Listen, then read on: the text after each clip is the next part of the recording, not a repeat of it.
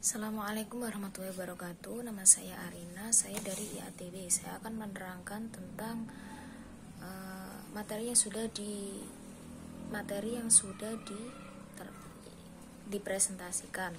Yang pertama, amsal. Amsal merupakan bentuk jamak dari kata masalah atau perumpamaan atau misi atau serupa. Menurut istilah dirumuskan oleh para ulama dengan reaksi yang berbeda-beda.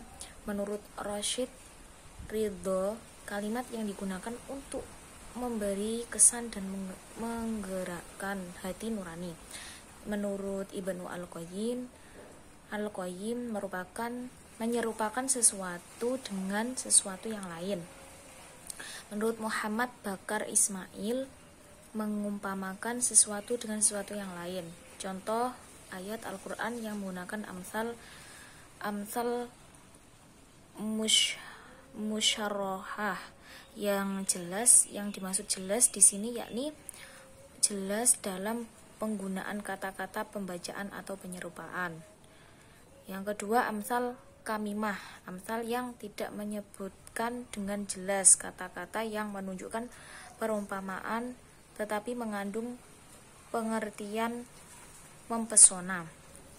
Yang ketiga, amsal mursalah, kalimat-kalimat Al-Quran yang disebut secara lepas tanpa ditegaskan redaksi penyerupaan dalam ayat.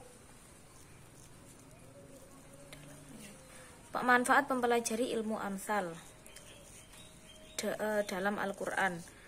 Akal manusia dapat menerima pesan yang disampaikan oleh perumpamaan. Yang kedua, dapat menghimpun arti dalam ungkapan yang singkat pada amsal kamimah dan mursalah. Pesan yang disampaikan melalui amsal lebih mengenang di hati. Materi yang kedua yaitu aqsam Al-Quran. Qasam didefinisikan sebagai mengikat jiwa dengan mencegah dari sesuatu atau melakukan sesuatu dengan menyebut sesuatu makna yang digunakan oleh orang.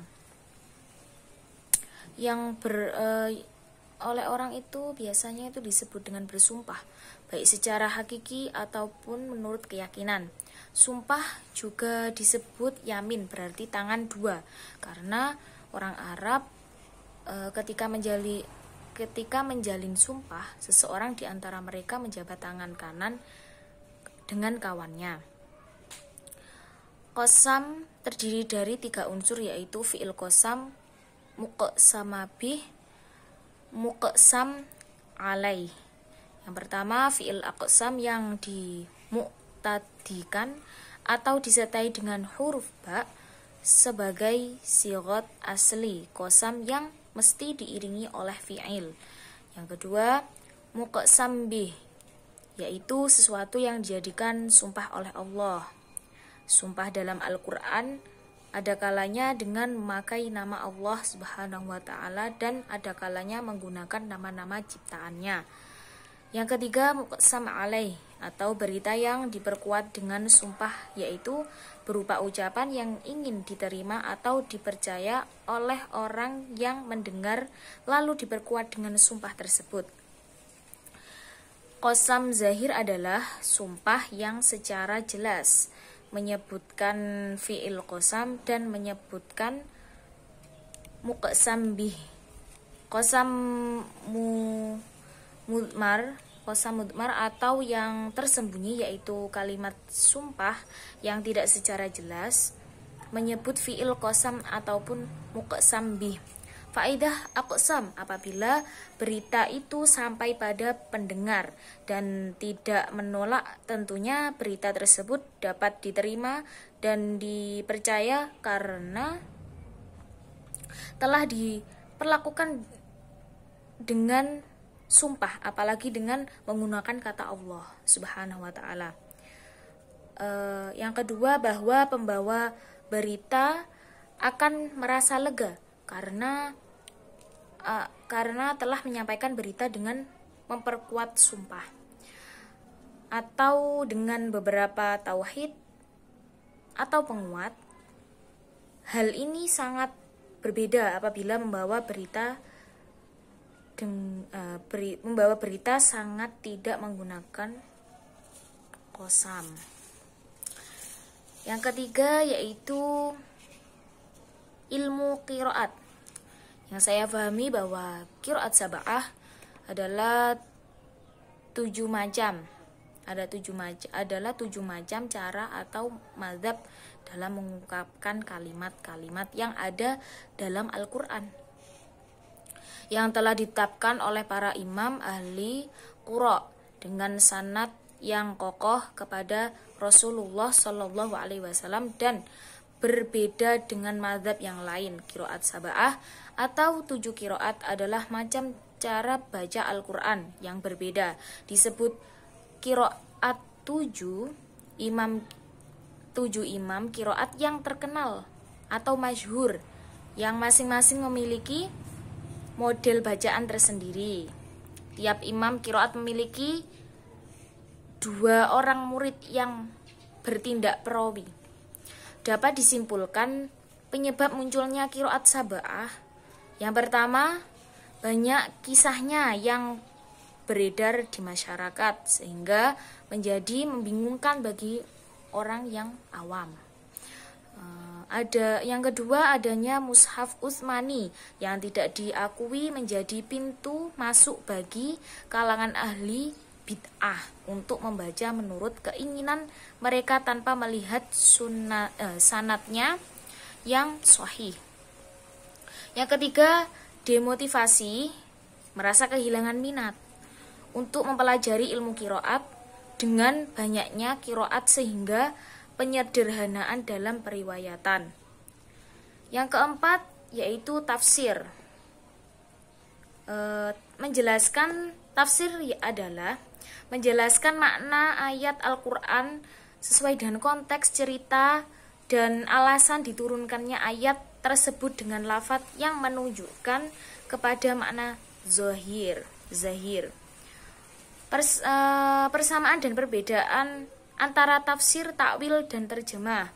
Persamaannya, ketiganya merangka makna ayat-ayat Al-Quran. Ketiganya sebagai saran untuk memahami Al-Quran. Perbedaannya, tafsir menerangkan dan menjelaskan makna yang lebih luas. Jadi, tafsir itu menerangkan dan menjelaskan makna yang lebih luas yang ada di dalam Al-Quran, serta penjelasan hukum-hukum dan hikmahnya. Selanjutnya takwil.